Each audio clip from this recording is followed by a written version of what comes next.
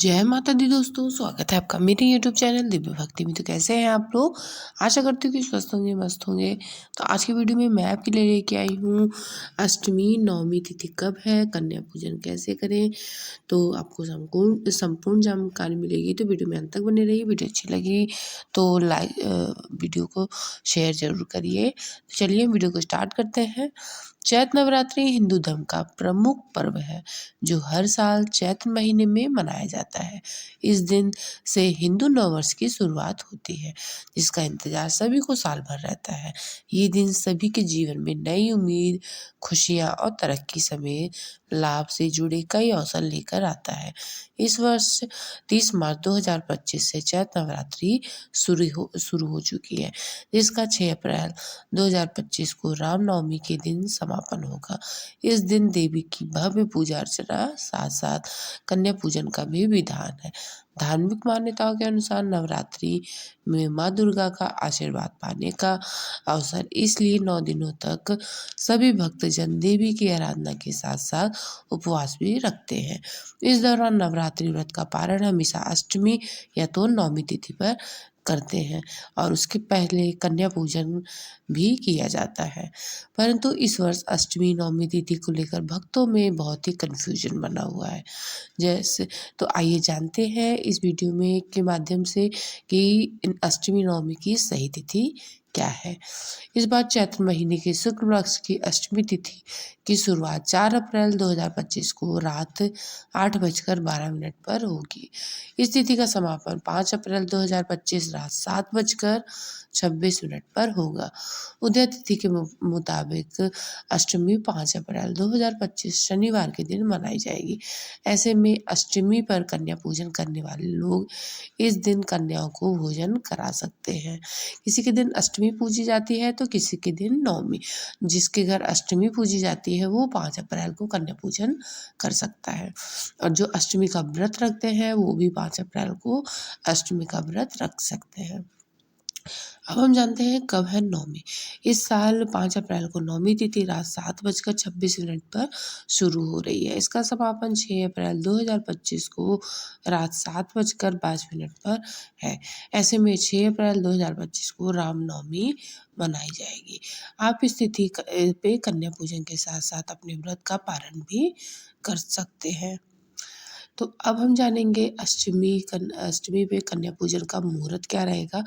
ब्रह्म मुहूर्त सुबह 4:35 से 5:21 तक, और प्रातः संध्या मुहूर्त सुबह 4:58 से 6:07 तक रहेगा। अभिजीत मुहूर्त सुबह 11:51 से दोपहर 12:49 तक रहेगा। अब नवमी में कन्या पूजन का मुहूर्त जान लेते हैं। ब्रह्म मुहूर्त सुबह 4:34 से 5:20 तक, प्रातः संध्या सुबह 4:57 से 6:05 तक रहेगा। अभिजीत मुहूर्त 11:58 से 12:49 तक रहेगा। अब हम जान लेते हैं कन्या पूजन की विधि। नवरात्रि में कन्या पूजन को बहुत ही विशेष महत्व माना जाता है। लोग चाहे नवरात्रि का व्रत रखें अथवा या ना रखें, लेकिन लगभग सभी हिंदू घरों में नवरात्रि कन्या पूजन अवश्य होता है। बिना इसके नवरात्रि पूजा या व्रत पूर्ण नहीं माना जाता। शास्त्रों के अनुसार 2 वर्ष से 9 वर्ष तक की कन्याओं को देवी दुर्गा का ही रूप माना जाता है। इसलिए नवरात्रि में 2 वर्ष से 9 वर्ष तक की कन्याओं तक पूजन का विधान शास्त्रों के अनुसार। 2 वर्ष की कन्याओं की पूजा से भोग और मोक्ष की प्राप्ति होती है। 3 वर्ष की कन्याओं की पूजा से धन की प्राप्ति होती है। 4 वर्ष की कन्याओं की पूजा से उच्च राजपद की प्राप्ति होती है। 5 वर्ष की कन्याओं की पूजा से ज्ञान की प्राप्ति होती है। 6 वर्ष की कन्याओं की पूजा से समस्त सिद्धियों की प्राप्ति होती है। 7 वर्ष की कन्याओं की पूजा से सम्मान की प्राप्ति होती है। 8 वर्ष की कन्याओं की पूजा से धन ऐश्वर्य की प्राप्ति मिलती है। 9 वर्ष की कन्याओं की पूजा से समस्त संसारिक सुखों की प्राप्ति होती है। शास्त्रों के अनुसार हर्ष और पूर्ण श्रद्धा से कन्या पूजन करने से सुख, शांति, ऐश्वर्य की प्राप्ति प्राप्ति होती है। उत्तर भारत में भक्त माँ दुर्गा को प्रसन्न करने की उनकी कृपा पाने के लिए नवरात्रि के 9 दिनों तक व्रत रखते हैं।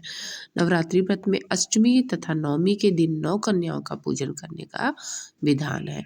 जो लोग पूरे 9 दिनों तक व्रत नहीं रख पाते, वो भी नवरात्र का पहला तथा कन्या पूजन से पहले का नवरात्र सप्तमी या अष्टमी या दुर्गाष्टमी का व्रत रखते हैं और कुंवारी कन्याओं को अर्थात कंजकों को पूजा करते हैं। कन्याओं के पूजन के साथ एक लंगूर भी जरूर होना चाहिए।